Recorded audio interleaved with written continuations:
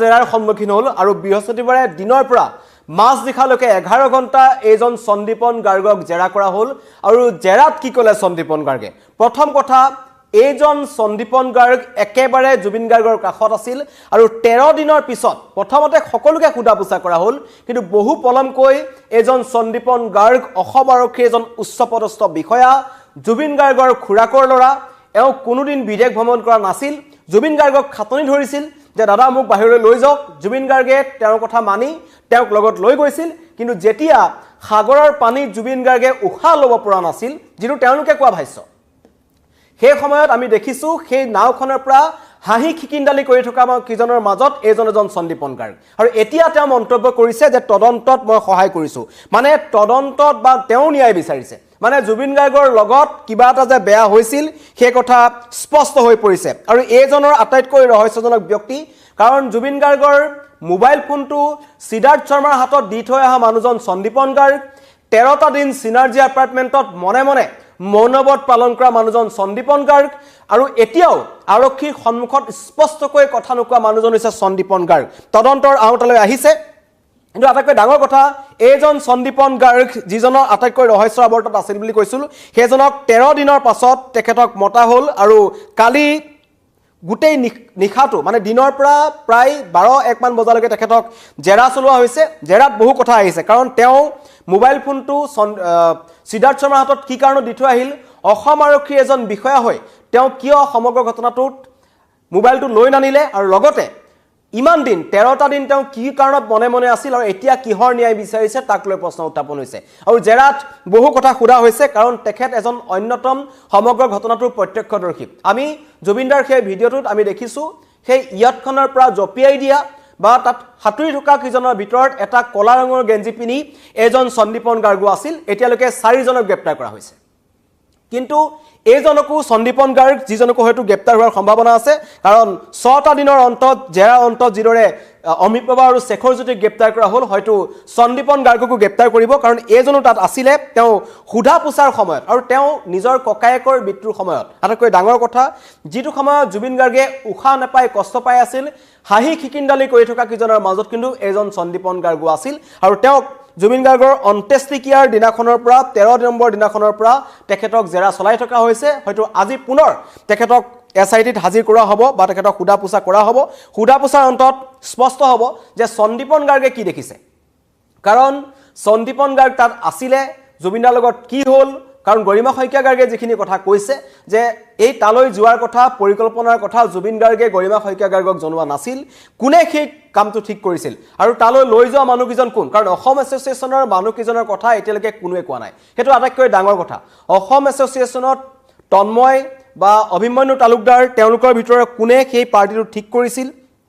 কোনে জুবিন গাৰ্গক তালৈ নিয়াৰ ক্ষেত্ৰত সহায় সহযোগিতা বিচাৰিছিল সেই কথা সন্দীপন গাৰ্গে ভালকৈ জানিব কাৰণ এটা ভিডিঅ' এতিয়া ওলাই আছে য'ত এগৰাকী মহিলা কণ্ঠশিল্পীয়ে সেই ৰেষ্টুৰেণ্টখনত গান গাই আছিল বাৰখনত গান গাই আছিল জুবিন দাই তাত বহি গানটো শুনি থকাৰ কাষত এজন সন্দীপন গাৰ্গ জুবিন গাৰ্গৰ একেবাৰে কাষতে বহি আছিল আৰু তাৰ পাছত তেওঁলোক হোটেললৈ গৈছিল নে নাই জুবিন দাই দৰৱ খাইছিল নে নাই জুবিন দাই কিমান সুৰাপান কৰিলে জুবিন গাৰ্গক সুৰাপান কৰাত সিদ্ধাৰ্থ শৰ্মাই বাধা দিছিল নে নাই নে জানি বুজিয়ে জুবিন গাৰ্গক অত্যাধিক সুৰাপান কৰোৱা হ'ল সেই সকলো কথা এইজনৰ পিছত পোহৰলৈ আহিব কিন্তু এতিয়ালৈকে সন্দীপন গাৰ্গে কি ক'লে মই আপোনালোকক মন্তব্যটো শুনাই দিব বিচাৰিছো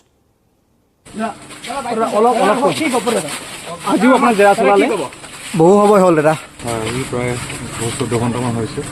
জেৰা চলিছে 2 নম্বৰ দিন হৈছে বাকী ইনভেষ্টিগেশ্যন পুৰা চলি আছে মই পুৰা ফুল কপাৰেশ্যন কৰিছোঁ এছআইটিৰ লগত আৰু এই ইনভেষ্টিগেশ্যন টাইমত মই একো বেলেগ ষ্টেটমেণ্ট মই আপুনি নিশ্চয় লিখিত দিব পাৰিম অমিত মহন্ত আৰু শেখৰজ্যোতি গোস্বামীকো গ্ৰেপ্তাৰ কৰিছে আপুনিও লগতে আছিলে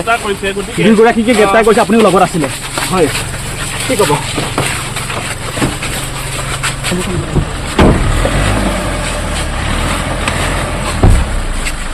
বাকী দুজন ভিতৰতে আছে নেকি দাদা এতিয়াও দাদা বাকী দুজন সন্দীপ দাদা বাকী দুজন ভিতৰতে আছে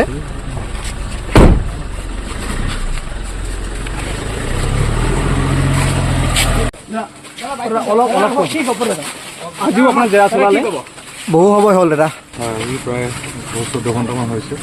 জেৰা চলিছে 2 নম্বৰ দিন হৈছে বাকী ইনভেষ্টিগেশ্যন পুৰা চলি আছে মই পুৰা ফুল কপাৰেশ্যন কৰিছোঁ এছআইটিৰ লগত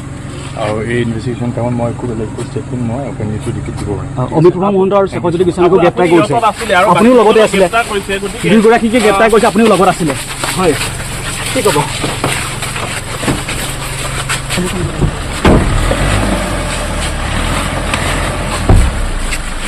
বাকী দুজন ভিতৰতে আছে নেকি দাদা এতিয়াও দাদা বাকী দুজন সন্দীপ দাদা বাকী দুজন ভিতৰতে আছে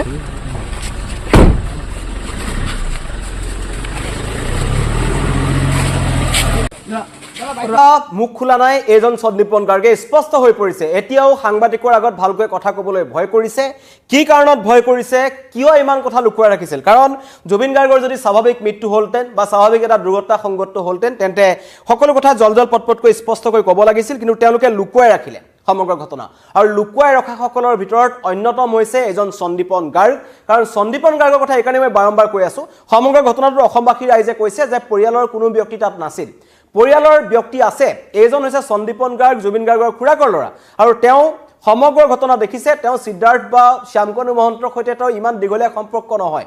তেওঁ যাব লাগে কাৰণে গৈছিল আৰু তাত কি হৈছিল সঁচা কথাটো সন্দীপন গাৰ্গে ক'ব পাৰিব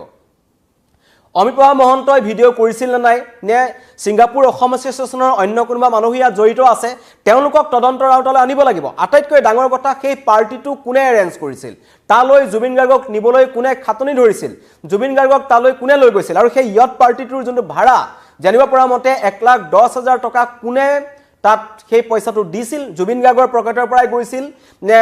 আসাম এছ'চিয়েশ্যনৰ অন্য কোনোবা মানুহে কৰিলে নে অন্য কোনোবাই কৰিলে সকলো বহু প্ৰশ্ন আছে সন্দীপন গাৰ্গে সেইবোৰ কথা জানে কিন্তু সন্দীপন গাৰ্গে সেইখিনি কথা কোৱা নাই আটাইতকৈ ডাঙৰ কথা গৰিমা শইকীয়া গাৰ্গে কৈছে মই জুবিনৰ কাৰণে এটা ঔষধ দি পঠাইছিলোঁ সেইটো অত্যন্ত গুৰুত্বপূৰ্ণ এটা ঔষধ জুবিনৰ কাৰণে সদায় ল'বলগীয়া এটা দৰৱ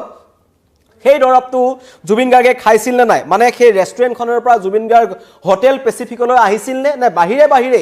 কোনো ধৰণৰ বিশ্ৰাম নোলাকৈ জুবিন গাৰ্গ সেই পাৰ্টিটোলৈ গুচি গৈছিল সেয়া কথা কিন্তু সন্দীপন গাৰ্গতকৈ ভালকৈ আৰু কোনোৱে নাজানিব আৰু এইজন সন্দীপন গাৰ্গক জেৰা কৰি আছে আশা কৰা হৈছে এজন সন্দীপন গাৰ্গৰ পৰা বহু তথ্য পোৱা যাব সন্দীপন গাৰ্গে মুখ খুলিছে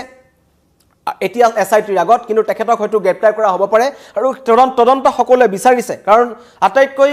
ওচৰৰ পৰা সমগ্ৰ ঘটনাটো প্ৰত্যক্ষ কৰি থকা মানুহজনৰ হৈছে সন্দীপন গাৰ্গক আমি ভিডিঅ'টোত 4-5 বাৰ দেখিছো সন্দীপন গাৰ্গৰ মাত আমি শুনিছো আৰু সেই কথা তাত অন্য কোনোবা মানুহ ব্যক্তি জড়িত আছে নে সকলো সন্দীপন গাৰ্গে ক'ব পাৰিব কিন্তু সন্দীপন গাৰ্গে কথাখিনি কোৱা নাছিল সন্দীপন গাৰ্গে সাংবাদিকৰ কেমেৰাৰ পৰা পলায়নৰ চেষ্টা কৰিছে সন্দীপন গাৰ্গে ইয়াৰ আগৰ পৰা সিনাৰ্জি এপাৰ্টমেণ্টত জুবিনদাৰ যোনদিনাখন